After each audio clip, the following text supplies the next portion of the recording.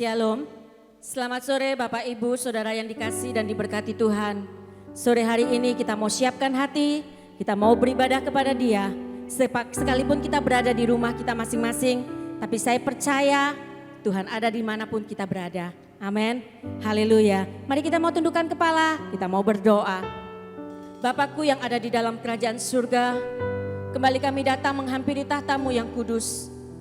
Layakkan setiap kami Tuhan, untuk kami boleh Tuhan beribadah kepadamu sore hari ini. Layakkan setiap kami undang hadirat-Mu untuk berkarya di tengah-tengah kami sore hari ini. Jamah setiap kami mau memuji Engkau, kami mau menyembah Engkau, kami mau Tuhan bersorak-sorai, mengagungkan dan membesarkan nama-Mu. Terima kasih Tuhan, Engkau Allah kami yang baik, Engkau Allah yang layak terima pujian dari setiap kami. Terpujilah nama-Mu Tuhan. Hanya di dalam nama Tuhan Yesus kami mau mulai ibadah kami sore hari ini. Haleluya, amin. Haleluya.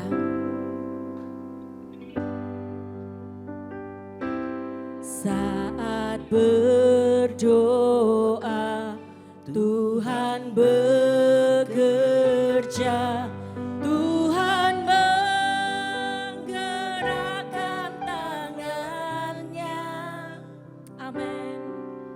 Doa melakukan yang tak mungkin bagiku.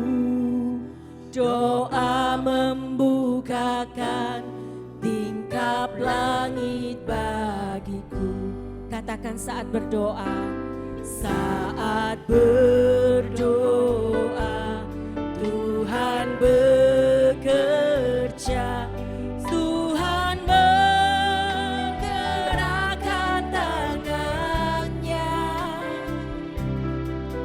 Doa melakukan yang tak mungkin bagiku. Doa membukakan tingkap langit bagiku. Tiada yang mustahil bagiku. Tiada yang tak mungkin bagiku. Dulu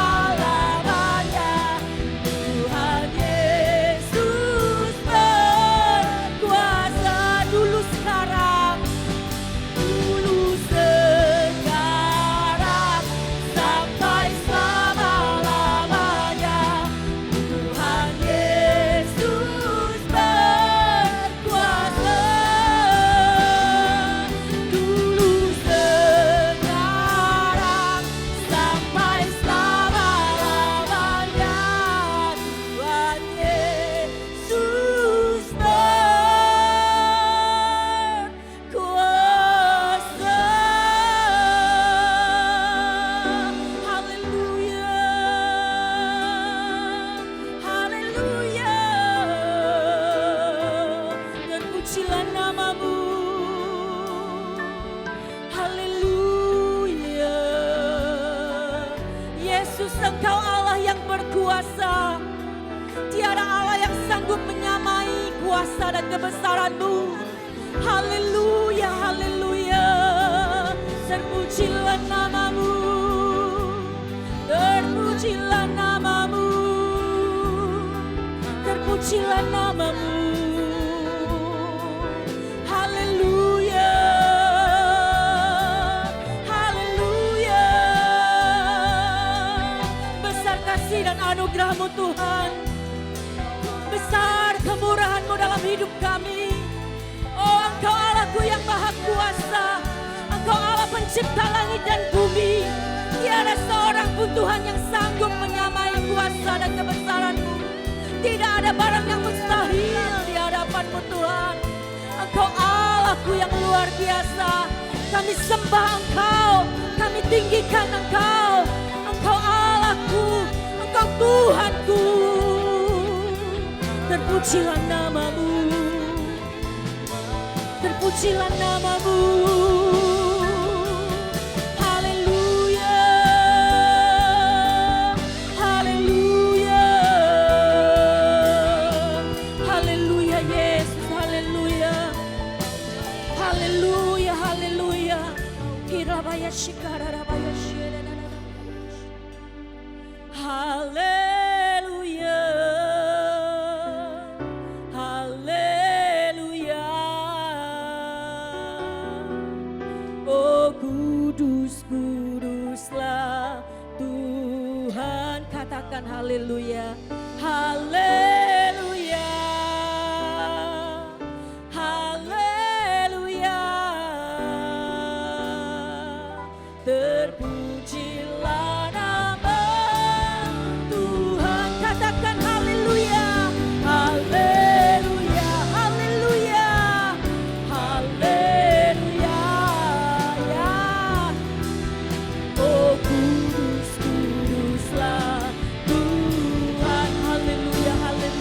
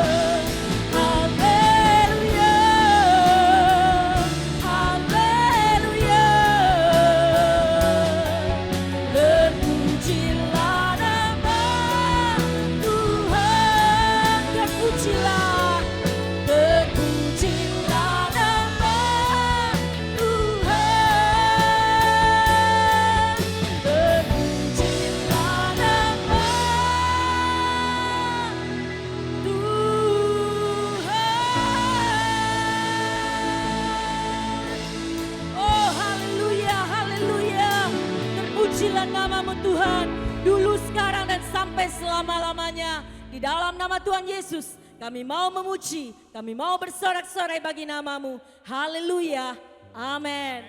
Terpujilah namamu Tuhan, haleluya. Hanya Tuhan tempat perlindungan kita sore hari ini, amin.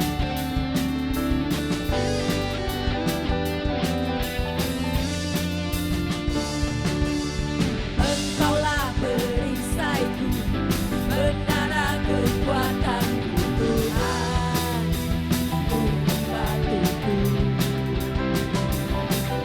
Engkaulah pengharapanku, tempat perlindunganku Tuhan, kota bentengku. Katakan, Yesus keselamatanku. Ku selalu aman di dalam tangan-Mu. Terpujilah Tuhan, sebab kasih setia-Mu. Ku selalu bersandar hanya pada-Mu. Terpujilah Tuhan, terpujilah Tuhan. Haleluya.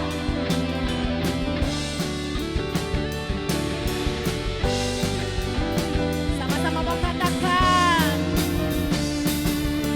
Engkaulah perisaiku, menara kekuatanku Tuhan, batuku. Engkaulah pengharapanku, tempat perlindunganku Tuhan, kota bentengku. Ya, Yesus keselamatanku. Ku selalu aman di dalam tangan-Mu. Terpujilah Tuhan, sebab kasih setia-Mu. Ku selalu bersandar hanya pada-Mu. Terpujilah Tuhan, terpujilah Tuhan. Ku selalu aman di dalam tangan-Mu. Terpujilah Tuhan, sebab kasih setia-Mu. Ku selalu bersandar hanya pada-Mu. Terpujilah Tuhan, ya, terpujilah Tuhan. Biarlah sore hari ini kita mau percaya kepada Tuhan. Kita mau menaruh pengharapan kita hanya di dalam Tuhan. Oh, haleluya.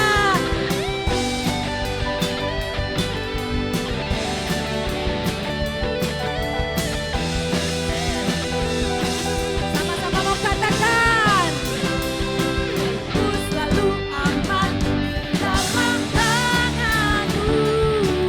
Terpujilah Tuhan, sebab kasih setia-Mu. Ku selalu bersandar hanya pada-Mu. Terpujilah Tuhan, terpujilah Tuhan. Ku selalu aman di dalam tangan-Mu. Terpujilah Tuhan, sebab kasih setia-Mu. Ku selalu bersandar hanya pada-Mu. Terpujilah Tuhan, katakan, ya, terpujilah Tuhan, terpujilah Tuhan, terpujilah Tuhan, terpujilah Tuhan. Ku selalu aman, haleluya, haleluya. Pada saat kita bersandar kepada Yesus, percayalah Dia akan melindungi setiap kita, amin. Di dalam kelemahan kita, Tuhan memberikan kekuatan. Di dalam kekurangan, percaya Tuhan pasti memberikan kecukupan buat setiap kita. Dalam kesedihan pun, Tuhan akan memberikan pengharapan. Dan di saat kita berbeban berat, percayalah Tuhan selalu ada di dalam kehidupan kita. Dia menanggung setiap bebanmu. Dia menanggung setiap beban saya dan saudara sore hari ini. Mari kita mau buka hati. Izinkan Roh Kudus berbicara melalui hambanya. Dan biarlah firman Tuhan yang disampaikan boleh menjadi kekuatan, menjadi rema dalam hidup setiap kita. Haleluya Yesus. Hanya dekat Yesus saja kita boleh tenang. Kita boleh dikuatkan. Dan kita sanggup melewati apapun yang ada di hadapan kita. Yesus. Penolong yang selalu setia, memenuhi keperluanku, tak pernah Dia mengecewakan.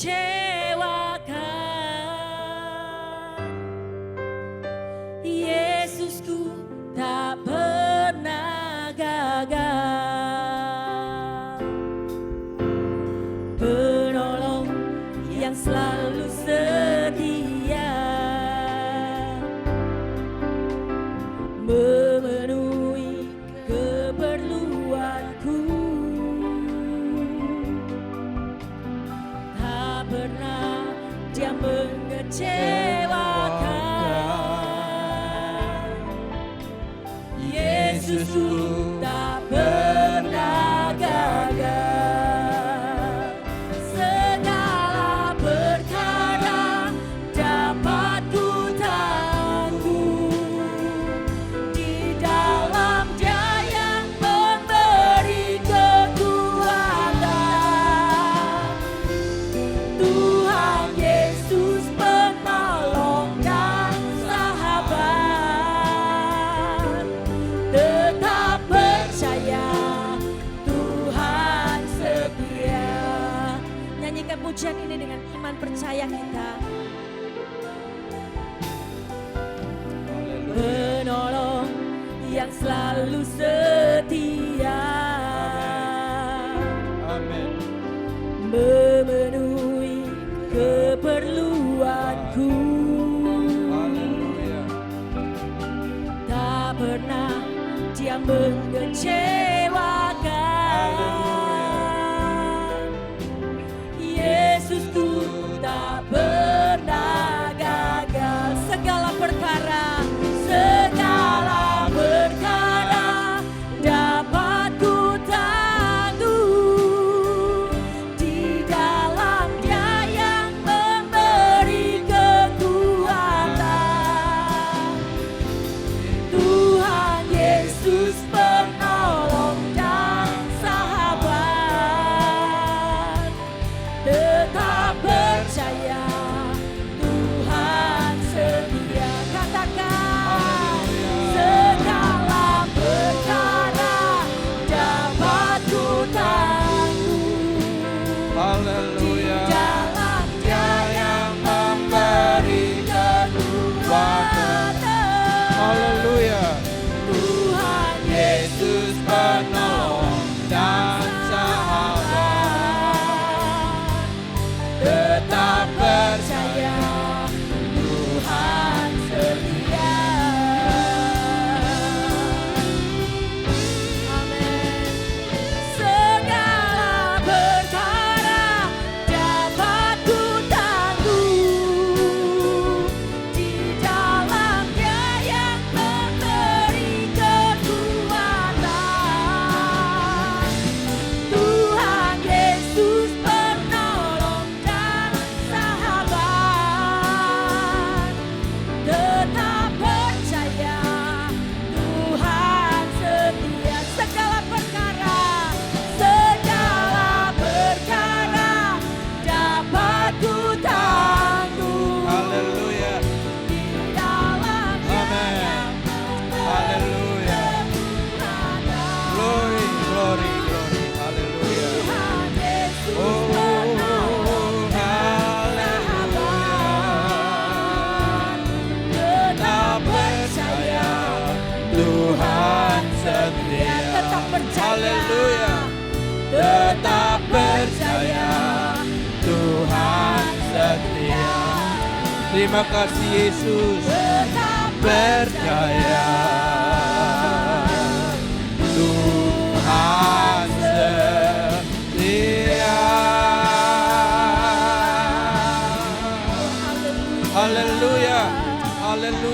haleluya, haleluya. Terima kasih Bapa yang baik. Kembali ada kesempatan bagi kami untuk beribadah kepadamu. Kami sungguh bersyukur untuk sore ini Tuhan. Karena kami tahu Engkau hadir di tengah kami. Engkau memberkati hamba-hambamu yang ada di gereja ini Tuhan. Engkau juga memberkati setiap umatmu, setiap anak-anakmu yang Kau kasihi, yang saat ini ada di rumah, mengikuti ibadah sore ini Tuhan. Kami percaya Tuhan, Engkau tidak pernah ingkar janji. Engkau Allah yang setia, Engkau Allah yang berjanji, dan Engkau yang pasti menggenapi setiap janji Tuhan. Karena itu sore hari ini kami pegang janji Tuhan. Kami sungguh bersyukur Tuhan, karena kami memiliki Allah yang hebat. Terima kasih Yesus, terima kasih banyak Bapa. Sebentar kami akan membahas firman-Mu. Sebentar kami akan masuk lebih dalam di dalam firman-Mu. Kami percaya Roh Kudus bekerja dengan luar biasa sore hari ini untuk memberi penjelasan kepada kami sehingga kami boleh lebih mengerti Tuhan akan firman-Mu. Sehingga kami boleh lebih memiliki dasar yang kuat di dalam kekristenan kami. Sehingga kami tidak mudah diombang-ambingkan. Kami tidak mudah goyah, kami tidak mudah takut karena kami punya dasar yang kuat di dalam firman-Mu Tuhan. Terima kasih Yesus, berbicara dengan leluasa pada sore hari ini. Urapi hamba-Mu, pakai secara khusus supaya boleh memberi penjelasan kepada setiap jemaat Tuhan. Berkati juga setiap jemaat Tuhan yang mengikuti ibadah online ini Tuhan. Supaya kami boleh bersama-sama, boleh mengalami berkat Tuhan di dalam firman-Mu. Terima kasih Yesus, terima kasih karena kami percaya Tuhan, Engkau pasti memberkati kami. Demi nama Tuhan Yesus Kristus, kami alaskan doa kami siap untuk terima firman Tuhan. Haleluya, amin. Selamat sore Bapak Ibu yang diberkati Tuhan, Bapak Ibu yang ada di rumah, mari kita sama-sama masuk lebih dalam di dalam firman Tuhan. Bapak Ibu yang diberkati Tuhan, sore hari ini saya akan mengajak saudara untuk melihat kebenaran firman Tuhan tentang iman. 2 minggu yang lalu saya mengajak jemaat untuk mempelajari kebenaran firman Tuhan tentang doa. Sore hari ini kita akan belajar tentang iman. Doa dan iman itu tidak bisa dipisah.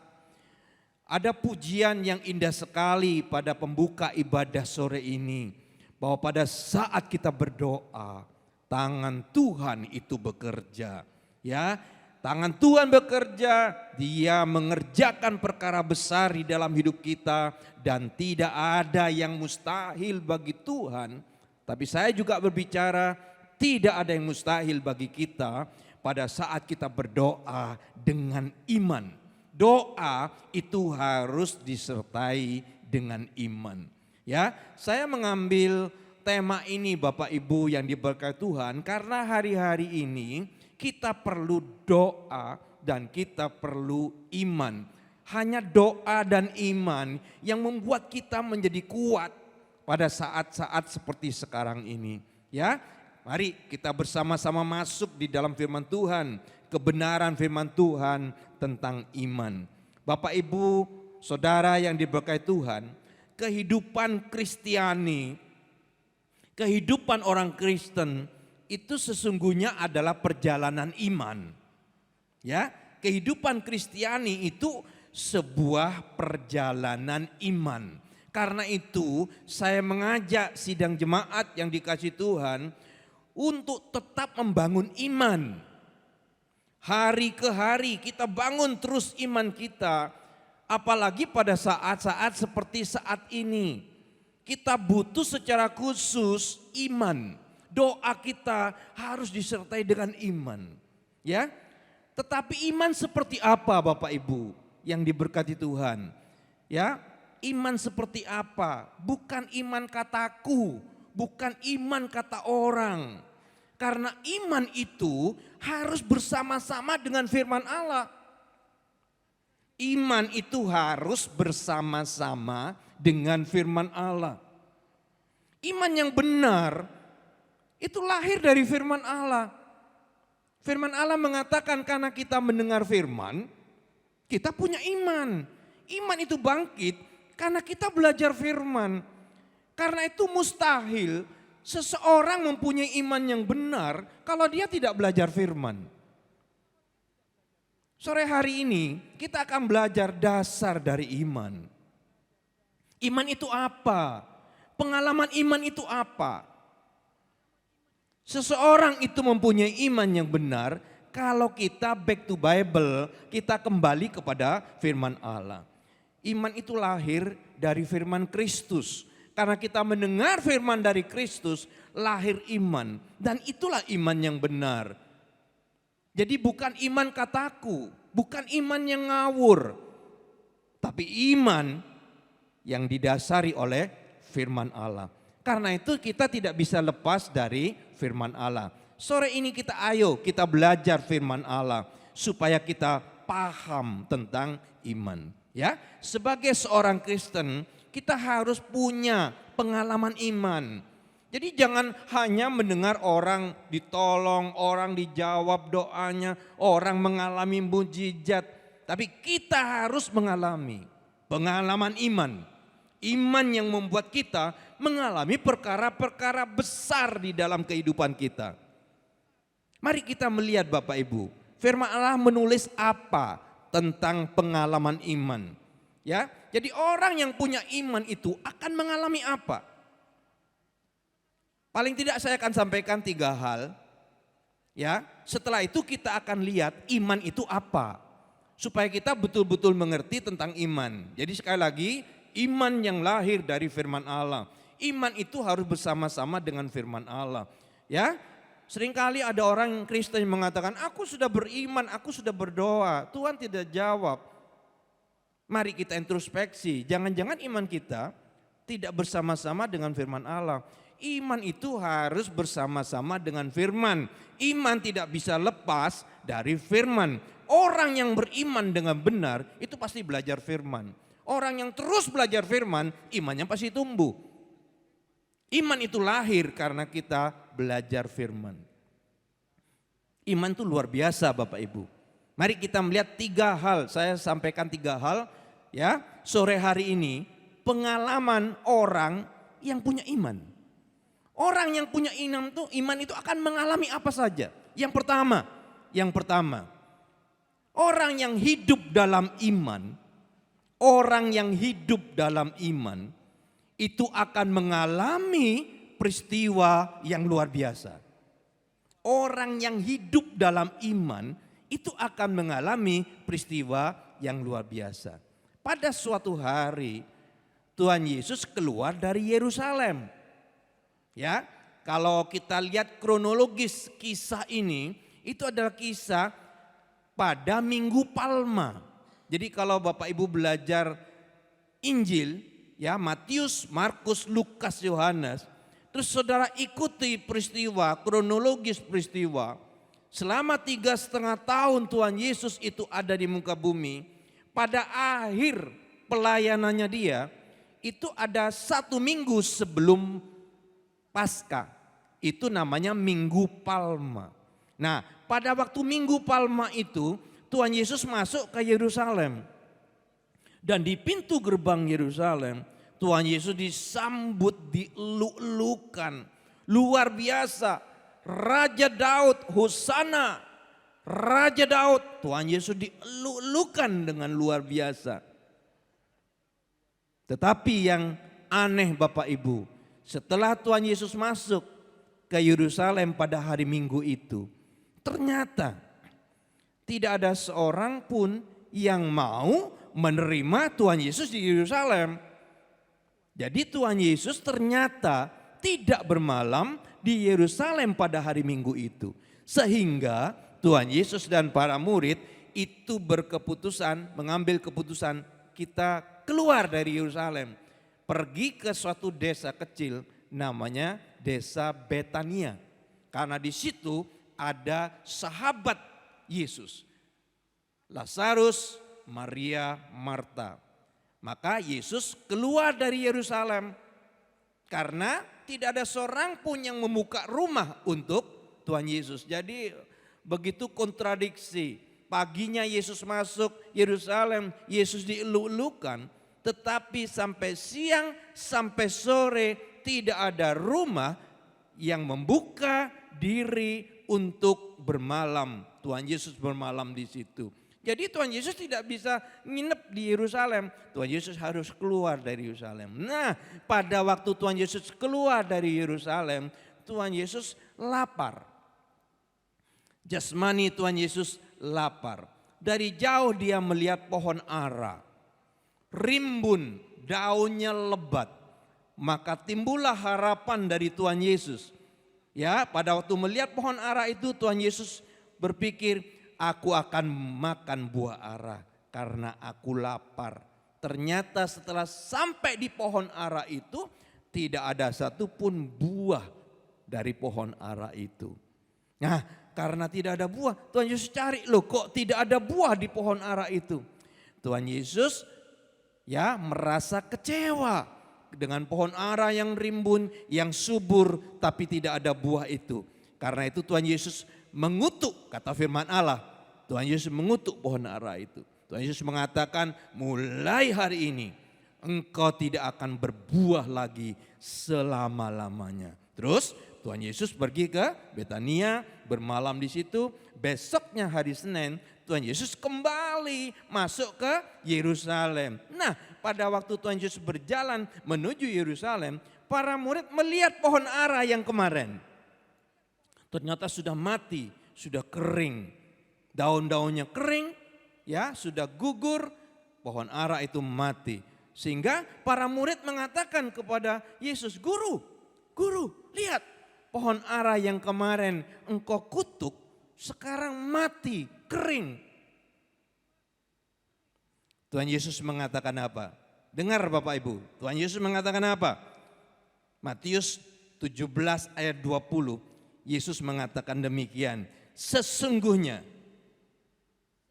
sekiranya kamu punya iman sebesar biji sesawi saja, kamu dapat berkata kepada gunung ini, pindah dari tempat ini ke sana. Maka gunung ini akan pindah. Dan takkan ada yang mustahil bagimu. Dengar Bapak Ibu, Yesus mengatakan sesungguhnya. Kan murid-murid itu kagum. Melihat Yesus kemarin mengatakan pohon ini tidak akan berbuah lagi. Besoknya pohon itu sudah kering. Luar biasa Tuhan Yesus ini. Murid-muridnya kagum. Dia mengatakan kepada gurunya, Guru, engkau hebat. Kemarin engkau ngomong kepada pohon ini, sekarang pohon ini sudah mati. Yesus mengatakan, hei murid-murid, sesungguhnya jika engkau punya iman seperti biji sesawi saja. Saudara yang dikasih Tuhan, biji sesawi itu kecil, ringan, ditiup aja bisa. Kalau ditaruh di tangan ditiup bisa. Jadi Tuhan Yesus mengatakan kalau engkau punya iman kecil saja seperti biji sesawi, engkau bisa melakukan perkara yang hebat. Engkau bisa mengomong kepada gunung, pindah engkau ke sana. Gunung itu akan pindah karena tidak ada yang mustahil bagi engkau. Orang yang punya iman itu akan mengalami perkara yang luar biasa. Perkara yang hebat. Tidak mungkin gunung bisa pindah. Tapi Yesus mengatakan kalau engkau punya iman, engkau hidup di dalam iman, gunung itu bisa pindah. Kalau engkau berkata, hei gunung pindah engkau ke sana, gunung itu akan pindah. Luar biasa Bapak Ibu. Orang yang hidup dalam iman itu luar biasa. Banyak perkara-perkara besar yang akan terjadi di dalam kehidupannya. Sore hari ini jemaat yang dikasih Tuhan, gunung apa yang ada dalam kehidupan saudara? Gunung masalah apa yang saudara hadapi? Kalau engkau hidup di dalam iman, engkau bisa berkata kepada gunung itu pindah, maka gunung masalahmu akan pindah. Luar biasa. Iman itu membuat kita mengalami peristiwa yang luar biasa. Gunung masalah apapun yang sekarang kita hadapi, itu bisa pindah. Kalau kita punya iman kecil seperti biji sesawi, itu sudah cukup kata Yesus untuk memindah gunung masalah kita. Pindah. Gunung masalah itu akan pergi dari hidup kita hanya dengan iman kecil sebesar biji sesawi. Orang yang hidup dalam iman, dia akan mengalami peristiwa yang luar biasa. Yang kedua, orang yang hidup di dalam iman itu akan bertahan, bisa bertahan, dapat bertahan dalam segala situasi dan keadaan.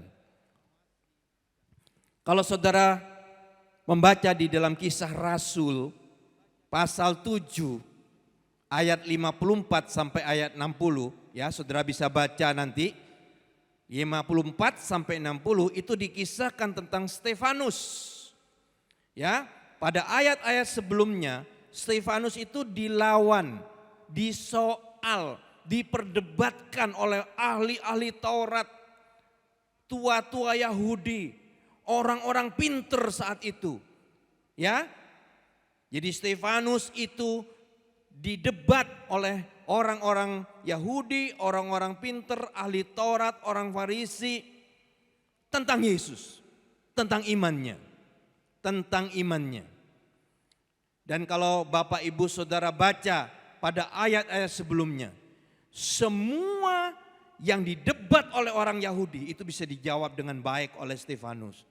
Sehingga para tua-tua Yahudi itu kalah telak, mereka tidak bisa jawab. Mereka tidak bisa jawab lagi. Mereka tidak bisa mempersoalkan lagi tentang Stefanus. Sehingga timbullah marah mereka. Ini yang terjadi Bapak Ibu. Jadi tidak salah kalau saat-saat ini terjadi seperti ini. Zaman dulu sudah terjadi. Kalau di debat kalah, anarkis yang bicara. Maka anarkislah yang terjadi. Stefanus diseret keluar kota. Stefanus disiksa, Stefanus dirajam, dilempari batu, darah keluar dari tubuhnya. Stefanus menderita, Stefanus sakit karena dia dirajam. Tetapi hebatnya Bapak Ibu, di dalam keadaan seperti itu, di dalam situasi seperti itu, Stefanus tetap bertahan di dalam iman. Situasi dan keadaan yang tidak memungkinkan saat itu tidak membuat Stefanus kehilangan iman. Dikatakan oleh ayat tadi, Stefanus tetap menatap ke langit. Dia melihat kemuliaan Allah. Dan yang luar biasa, langit terbuka. Stefanus melihat Yesus ada di situ. Yesus ada di langit, berdiri di sebelah kanan Allah. Sehingga akhirnya Stefanus mengatakan, ya Yesus, ya Tuhan Yesus, terimalah rohku. Dan matilah Stefanus. Bapak Ibu yang diberkati Tuhan, orang yang hidup di dalam iman, itu mampu bertahan dalam keadaan apapun, dalam kondisi apapun. Bapak Ibu jemaat yang diberkati Tuhan, kalau saat ini kondisi saudara tidak enak, situasi sangat tidak enak, semua tidak enak karena kita sedang mengalami situasi yang memang seperti ini. Ya, semua dilarang, situ dilarang, kita harus jaga diri, kita enggak bebas lagi seperti dulu. Dan persoalan demi persoalan timbul. Masalah kesehatan timbul, ya masalah sosial timbul, ya dan masih banyak yang lain Bapak Ibu, ya ekonomi juga, waduh menjadi morat marit.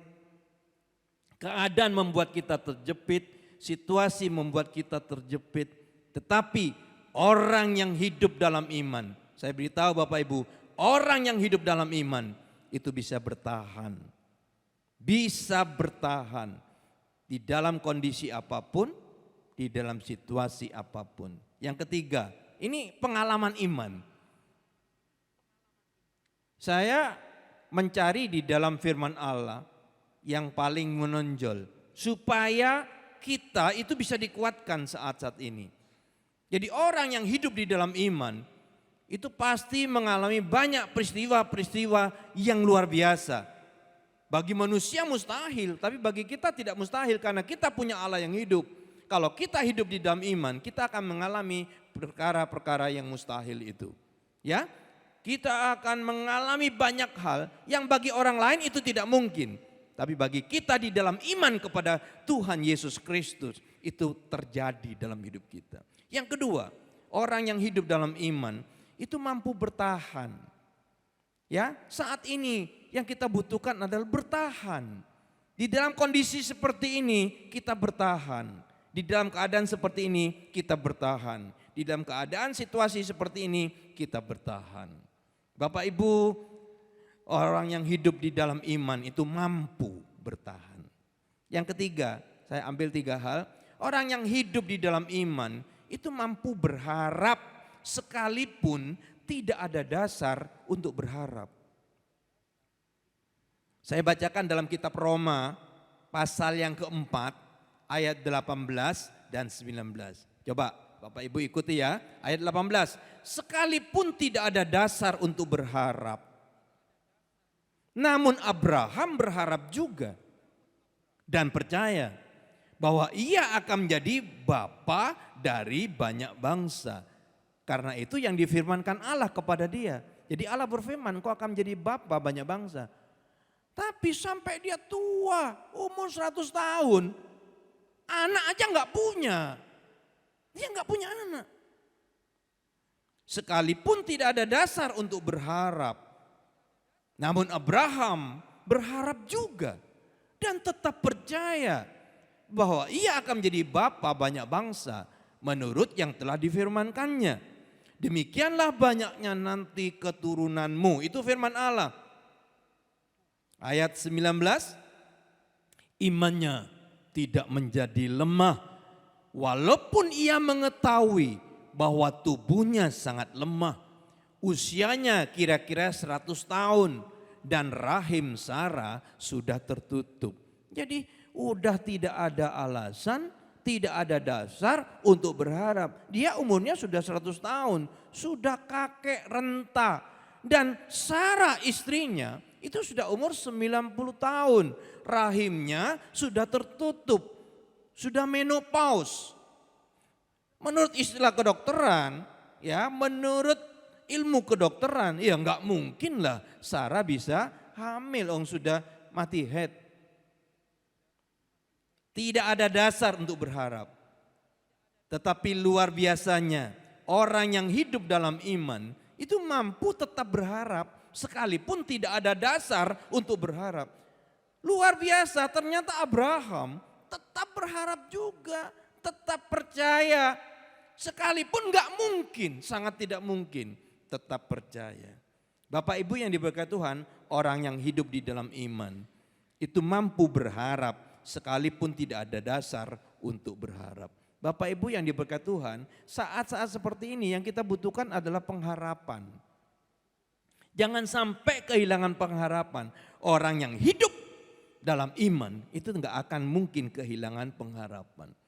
Orang boleh jatuh berulang kali. Orang boleh jatuh berulang kali Bapak Ibu. Tapi dia akan bangun kalau dia masih punya pengharapan. Pengharapan itu yang membangkitkan jiwa kita, yang membangkitkan roh kita, yang membangkitkan semangat kita. Karena kita masih punya pengharapan, kita bangun lagi pasti. Orang yang tidak punya pengharapan mati. Karena itu jangan sampai putus harap. Jangan sampai putus asa. Orang yang putus harap, orang yang putus asa itu tidak akan bisa bangkit lagi. Orang yang hidup dalam iman itu tidak akan kehilangan pengharapan. Luar biasa Bapak Ibu, ini pengalaman iman.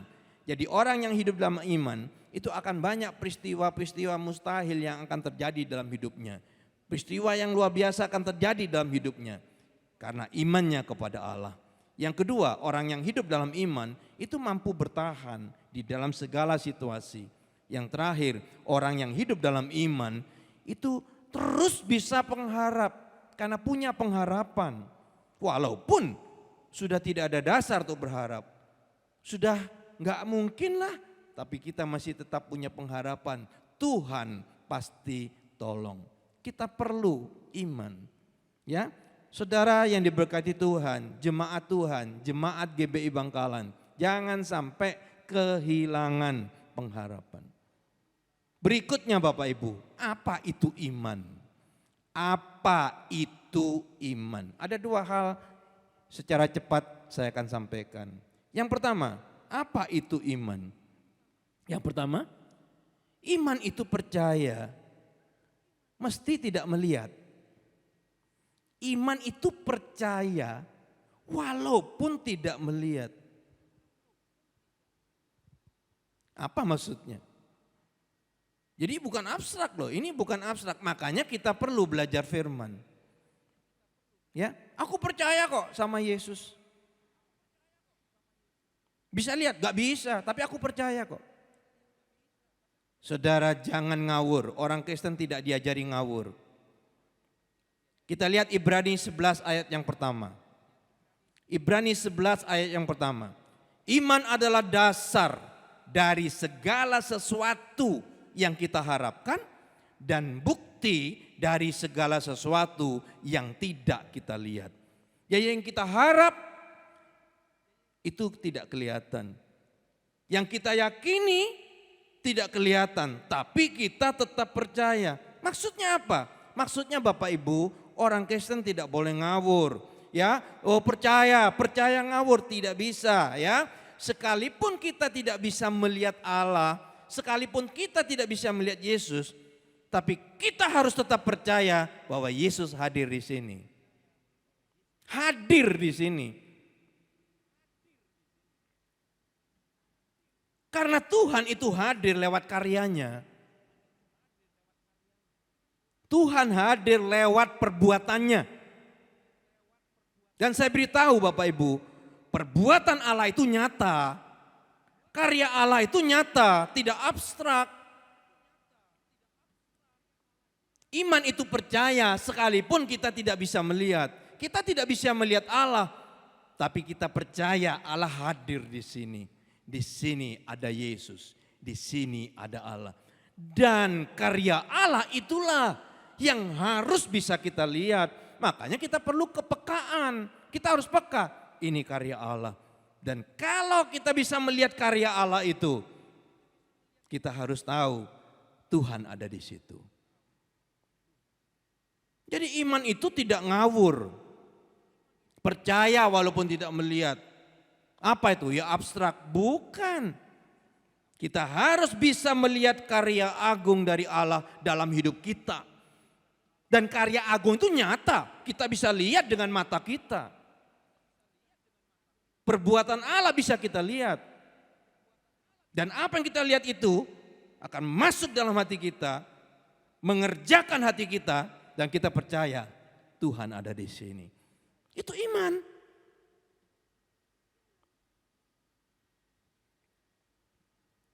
Kita lihat ya satu ayat. Mazmur 19 ayat 2. Coba ditayangkan. Mazmur 19 ayat 2. Langit menceritakan kemuliaan Allah. Cakrawala memberitakan pekerjaan tangannya. Ini pemazmur. Jadi pemazmur itu malam-malam lihat langit, lihat bintang, dia kagum. Luar biasa. Nah pada waktu itu hatinya tergugah. Siapa yang ciptakan? Jadi lewat karya Allah itu iman dari pemazmur itu semakin kuat. Bapak Ibu yang diberkati Tuhan sebagai guru fisika, ya kalau saya belajar tentang alam semesta, Bapak Ibu yang diberkati Tuhan, mau tidak mau, kita harus tahu bahwa Allah kita itu luar biasa. Nggak mungkin orang itu pinter itu tidak mengakui Allah. Semakin pinter orang itu, semakin dia akui bahwa ada tangan yang luar biasa yang ciptakan itu semua. Kalau Bapak Ibu lihat alam semesta ini, di dalam gambaran alam semesta ini, bumi kita itu gak kelihatan di alam semesta ini. Padahal bumi kita itu sudah semua sebesar ini, itu gak kelihatan.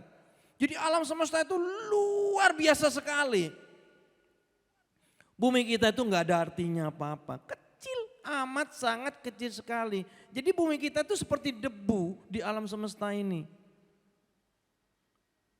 Bumi mengelilingi matahari. Ya, jadi matahari itu punya planet-planet, Merkurius, Venus, Bumi, Mars, Jupiter dan seterusnya. Ini semua berputar mengelilingi matahari. Dan sudah tahu, bumi itu kalau mengelilingi matahari itu 365 seperempat hari.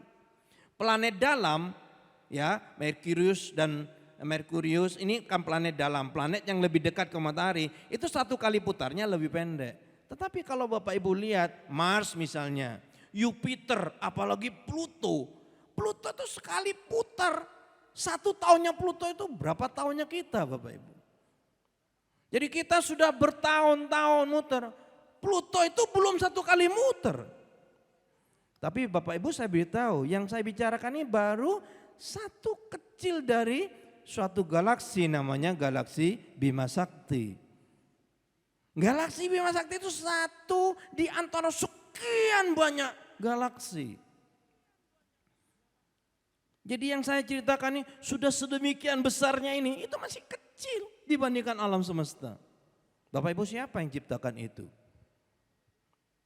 Gak ada seorang pinter sekalipun yang bisa menjawab, kecuali kembali kepada firman Allah. Ya Allah yang ciptakan. Ya Bapak Ibu, jadi kalau kita melihat karya Allah, kita tahu itu Allah ada, Allah hadir di situ. Demikian juga kejadian-kejadian kecil yang ada di dalam hidup kita. Makanya kita harus peka. Bapak Ibu, saya pernah ke Thailand. Di Thailand itu ada penangkaran lebah. Ya, mungkin Pak Handoko, Ibu Endang pernah pergi ke penangkaran bee itu lebah. Dari situlah muncul apa? Muncul pollen energi, bee pollen, banyak vitamin keluar dari penangkaran lebah ini. Nah, Bapak Ibu, saya bicara tentang satu kisah. Ada suami istri, setelah dia pensiun, dia ingin buka penangkaran lebah. Jadi rumahnya itu akan dibuat menjadi tempat penangkaran lebah. Sehingga dari situ nanti dihasilkan madu, madunya bisa dijual. Suami istri berpikir nanti kita bisa hidup dari situ. Maka suaminya ngomong, ayo istriku kita beli bibit. Jadi untuk membuat penangkaran lebah, misalnya gereja ini mau dibikin penangkaran lebah, ya di situ itu harus ada bibitnya dan bibitnya harus beli Bapak Ibu. Kita harus beli bibit, nanti dipasang di tembok situ, baru lebah-lebah itu datang. Tetapi Bapak Ibu, beli bibit lebah itu gak boleh sembarang. Setiap saudara beli satu kotak ini, di kotak gini, satu kotak ini. Nah, kotak itu namanya satu bibit lebah. Nah, di dalam satu kota itu harus ada ratu lebah. Jadi lebah itu Bapak Ibu ada satu ratu yang selalu diam, sedangkan yang lain itu namanya lebah pekerja. Mereka yang cari madu disetorkan ke ratu ini. Jadi kalau saudara beli bibit lebah itu enggak ada ratunya di situ, maka saudara pasti gagal. Kan enggak mungkin menghasilkan madu karena lebah-lebah enggak akan datang ke situ kalau tidak ada ratu. Nah, si istri dari suami tadi itu tanya, loh bagaimana caranya kita tahu di situ ada ratu? Karena si istrinya melihat di bibit-bibit lebah itu nggak ada ratu lebah. Hebatnya Bapak Ibu, ratu lebah itu tidak pernah terlihat. Jadi kalau sudah lihat ratu lebah itu mestinya lebih gede, lebih besar dari lebah yang lain. Tetapi nggak bisa lihat, kita nggak bisa lihat. Oh ini ratu lebah, nggak bisa lihat. Maka istrinya tanya, loh suamiku bagaimana caranya kita bisa beli bibit lebah karena kita nggak bisa melihat ratu lebah itu. Suaminya mesem kepada istrinya, tenang istriku, tenang, ada caranya. Caranya apa? Kamu lihat di situ. Kalau kamu lihat di situ ada telur lebah dan di situ ada larva, ya, larva yang sedang berkembang. Walaupun kita tidak bisa melihat ratu lebah, tapi kita yakin di situ pasti ada ratu lebah. Karena ratu lebah tidak terlihat. Tapi dari ada telur, di situ ada larva, maka di situ pasti ada ratu lebah.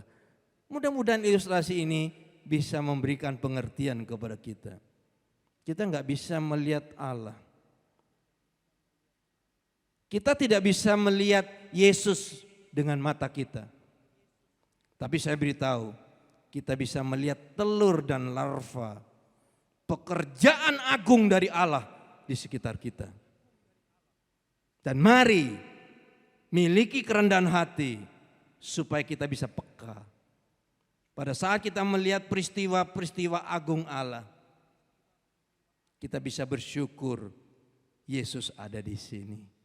Karena kita melihat karya dari Yesus di dalam kehidupan kita. Bapak Ibu yang diberkati Tuhan, hanya itu yang bisa merangsang kita untuk yakin bahwa Allah ada di sini. Yesus ada di sini. Ya,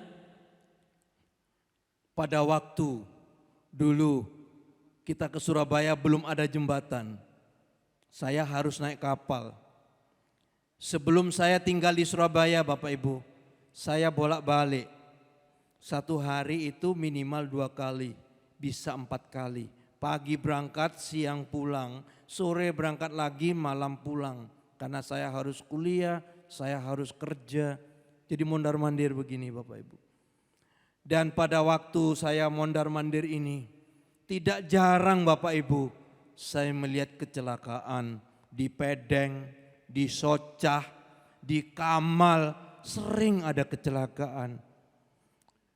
Dan tidak jarang juga Bapak Ibu, saya yang kecelakaan.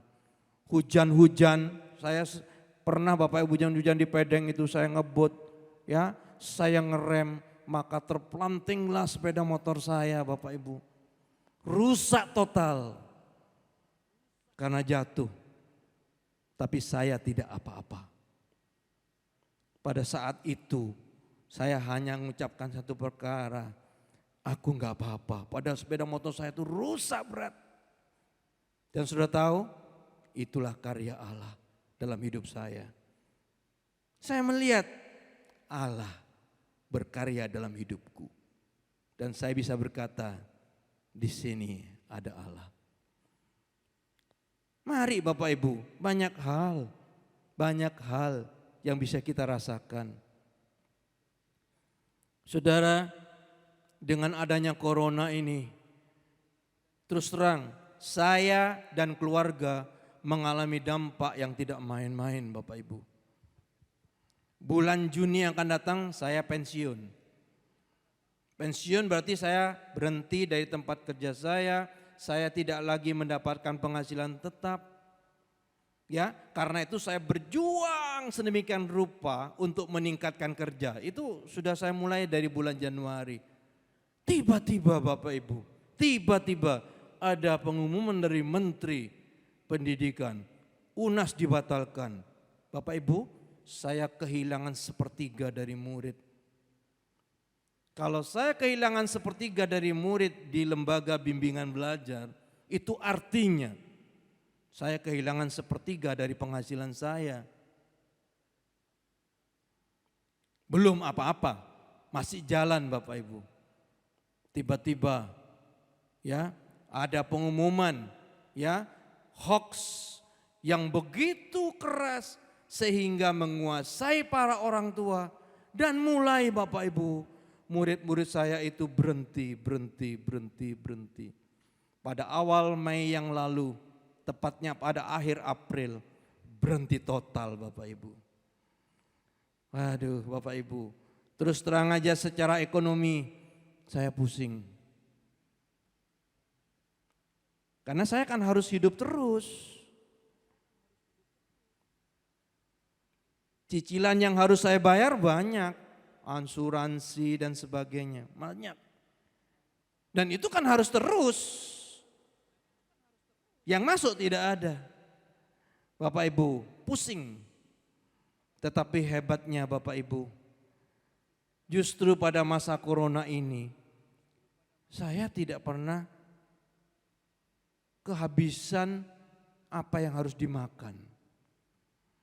Saya itu ngomong sama istri, justru pada waktu corona ini Bapak Ibu di rumah itu berlimpah-limpah ruah makanan. Ada aja yang ngirim.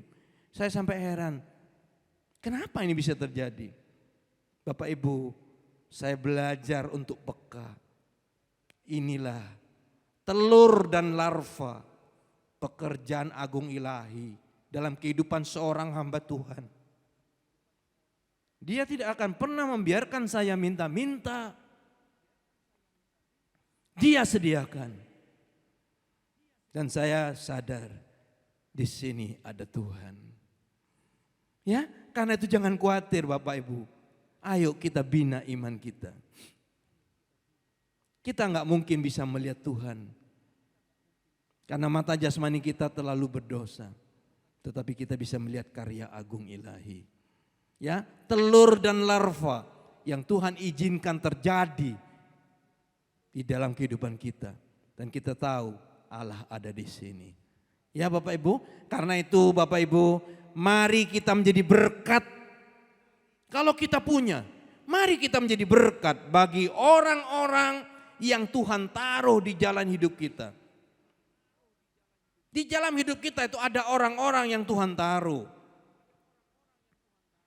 Minggu yang lalu ada seorang Muslim Bapak Ibu. Ya, dia tiba-tiba hubungi saya, Om, apakah ada THR untuk saya Om? Belum pernah loh. Dia itu ngomong ke saya belum pernah, tapi kali ini dia ngomong karena nggak ada THR lagi katanya. Om, adakah THR untuk saya? Sedikit aja. Bapak Ibu, saya kenal dia. Berarti Tuhan taruh dia di jalan hidup saya. Saya cuma mengatakan, jangan khawatir Mas. Kalau saya ada berkat, saya ingat kamu. Hari Selasa yang lalu, hari Senin yang lalu, saya datang kepadanya, saya ngomong ada sedikit berkat. Mungkin bukan THR, tapi ada sedikit berkat untuk engkau. Mari Bapak Ibu, mari kalau kita mampu saat ini, kita punya, mari kita menjadi berkat bagi orang-orang yang Tuhan taruh di jalan hidup kita. Supaya apa? Supaya mereka melihat Tuhan hadir. Lewat perbuatan baik kita, mereka melihat telur dan larva dari keagungan Allah di dalam kehidupan mereka. Dan mereka mempermuliakan Bapa di surga. Ya, Matius 5 ayat 16 mengatakan apa? Biarlah kebaikanmu bisa dilihat oleh orang banyak. Supaya mereka mempermuliakan Bapa di surga. Mari, saya mengajak Bapak Ibu Saudara sekalian, kalau kita punya, berkati orang-orang yang ada di jalan hidup kita. Tuhan taruh mereka di jalan hidup kita, supaya mereka melihat kebaikan kita. Dan itu adalah telur dan larva. Itu adalah kebaikan Allah dalam hidup mereka. Dan mereka boleh bersyukur kepada Tuhan. Yang kedua Bapak Ibu, saya mau mengingatkan, iman itu tidak hanya percaya walaupun tidak melihat. Tapi iman itu harus disertai dengan ketaatan. Kenapa kita sering tidak mengalami? Karena mungkin kita tidak taat. Iman itu taat melakukan kehendak Tuhan. Taat melakukan kehendak Tuhan. Banyak orang Kristen itu hanya menuntut Tuhan. Tuhan, ayo segera jawab doaku. Ayo sembuhkan sakitku. Ayo pulihkan ekonomiku. Selalu berdoa. Tapi mereka tidak mau taat untuk melakukan firman Allah. Mereka tidak mau taat melakukan kehendaknya. Iman itu harus disertai dengan ketaatan. Taat apapun resikonya. Taat apapun resikonya. Resikonya berat, tapi firman Allah mengatakan lakukan. Ya taat. Taat apapun resikonya. Taat walaupun tidak mungkin. Enggak mungkin, tapi kita tetap taat. Tidak ada dasar untuk berharap, tetap taat. Yang terakhir, taat walaupun Tuhan masih belum menjawab doa kita. Tuhan belum jawab, tapi kita tetap taat. Iman itu harus disertai dengan ketaatan. Kalau iman itu disertai ketaatan, perkara besar akan terjadi di dalam kehidupan saudara. Tuhan Yesus memberkati Bapak Ibu Saudara sekalian. Mari kita berdoa bersama-sama. Bapa Surgawi, terima kasih untuk firman-Mu. Kami percaya Tuhan, jemaat Tuhan sudah mendengar firman Tuhan dengan baik. Pada sore ini Roh Kudus bekerja terus. Bekerja terus supaya kami Tuhan semakin mengerti tentang iman. Doa dan iman itu harus bersama-sama dan selalu ada di dalam kehidupan kami. Terima kasih banyak Bapak, berkati gereja kami Tuhan. Kami percaya sebentar lagi ibadah di gereja akan dimulai lagi. Tuhan, tidak selamanya kami ibadah online. Sebentar lagi gereja akan buka. Kami akan beribadah kembali. Kami berdoa untuk seluruh jemaat Tuhan. Supaya mereka merindukan saat-saat beribadah bersama di gereja. Supaya mereka merindu untuk kembali ke gereja, beribadah bersama. Tidak lagi terlena dengan ibadah online, tapi beribadah di gereja. Supaya pelayanan pastoral bisa berjalan. Pelayanan diakonia bisa berjalan. Dan mereka boleh belajar firman Allah. Kuat di dalam firman. Saat ini ibadah online. Jemaat Tuhan boleh milih mau dengarkan ibadah siapa. Tetapi mereka jarang untuk mendengar pelajaran yang mendalam, yang membuat kami kuat. Kami memiliki dasar. Hanya di gereja lokal, jemaat boleh dibangun dalam iman sehingga menjadi dewasa. Berkati Bapak. Terima kasih banyak Bapak, berkati hamba-hamba Tuhan di tempat ini. Yang selalu berjerih lelah, khususnya Tuhan, anak-anak-Mu yang setia membantu, melayani dalam ibadah online. Beri semangat, beri kesegaran, berkat Allah melimpah dalam kehidupan anak-anak-Mu Tuhan. Jangan ada yang bosan, bangkit kembali. Kalau kami mulai bosan, kami mulai jenuh, Tuhan bekerja, bangkit kami, sentuh kami. Sehingga kami boleh bangkit kembali. Kami berdoa untuk bangsa dan negara kami. Selamatkan Indonesia. Ampuni Tuhan Indonesia. Turunkan belas kasihan. Turunkan hujan pengampunan. Hujan berkat untuk Indonesia. Lindungi Indonesia Bapa. Kami berdoa untuk Presiden, para menteri. Supaya bisa mengambil langkah-langkah yang hebat. Karena roh hikmah dan wahyu menguasai setiap beliau-beliau ini Bapa. Terima kasih Yesus. Terima kasih. Kami percaya Engkau mendengar doa kami. Mari sidang jemaat yang ada di rumah, kita angkat tangan bersama. Saudara yang diberkati oleh Tuhan. Sore ini turun berkat Allah dalam kehidupan saudara. Kasih sayang dari Tuhan Yesus Kristus. Penyertaan dan persekutuan Allah Roh Kudus. Bersama dengan saudara mulai saat ini sampai selama-lamanya. Dalam nama Tuhan Yesus doa berkat kami panjatkan. Haleluya. Amin. Selamat hari Minggu, Tuhan memberkati.